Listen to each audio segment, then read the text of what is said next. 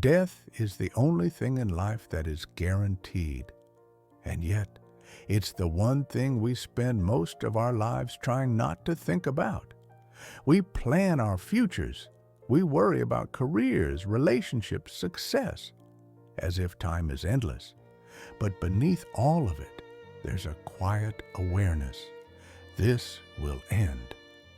Today, we're talking about how philosophers understood death, why it terrifies us, why it shapes our lives, and whether it's something we should actually fear at all. Part 1. Why death haunts us. Most fears have an object, a thing we can point to. Death doesn't. We've never experienced it, yet it defines how we live. Martin Heidegger argued that humans are unique because we know we will die. Animals flee danger, but humans anticipate death. And that anticipation quietly controls us. It pushes us to achieve, to rush, to cling. We don't just fear death itself. We fear non-being. The idea that one day we won't exist to remember, regret, or desire anything at all. And that idea is unbearable. Part 1. Why death haunts us. Most fears have an object, a thing we can point to. Death doesn't. We've never experienced it, yet it defines how we live. Martin Heidegger argued that humans are unique because we know we will die. Animals flee danger, but humans anticipate death. And that anticipation quietly controls us. It pushes us to achieve, to rush, to cling. We don't just fear death itself. We fear non-being. The idea that one day we won't exist to remember, regret, or desire anything at all. And that idea is unbearable. Part 3. The fear of non-existence. We don't imagine death as darkness. We imagine absence. No thoughts, no memories, no identity. The self erased. This is why death feels different from sleep. Sleep ends with waking. Death doesn't. Philosophers noticed something unsettling here. We fear death not because it hurts, but because it undoes meaning. If everything ends, then what was the point? And this question leads directly to existentialism. Part 3.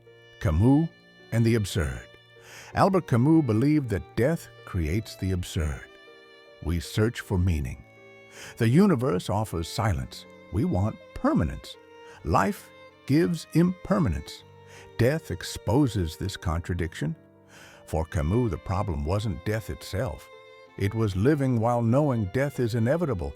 And yet, Camus didn't choose despair. He argued that once we accept death, life becomes more intense, more fragile, more urgent.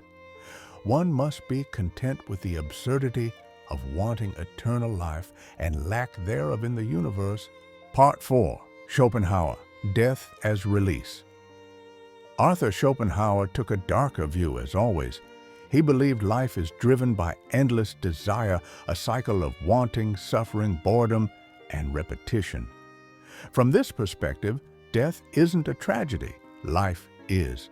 Death, for Schopenhauer, is the end of striving, the end of craving, the end of pain, not a punishment, but a release.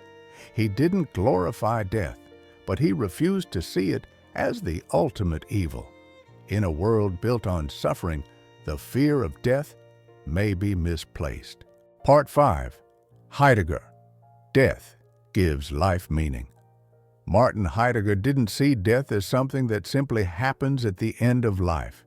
He thought death was always present, quietly shaping how we live. Most people, he argued, live as if time is unlimited. There's always later, always another chance, but death destroys that illusion. When you genuinely accept that you will die, not abstractly, but personally, your choices change. Some things stop mattering. Others suddenly matter a lot, because not everything can be postponed forever. Heidegger called this being toward death. It doesn't mean obsessing over dying. It means letting the reality of death give your life direction. When time is limited, decisions carry weight, and that weight is what creates meaning. Death doesn't make life meaningless. It makes it serious. It forces you to ask, what are you doing with the time you know you don't have much of? So, should we fear death? Epicurus says no, because we'll never experience it. Camus says, accept it and live anyway.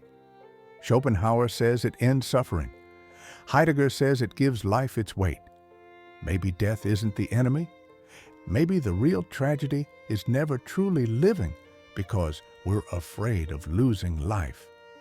Death will come whether we think about it or not.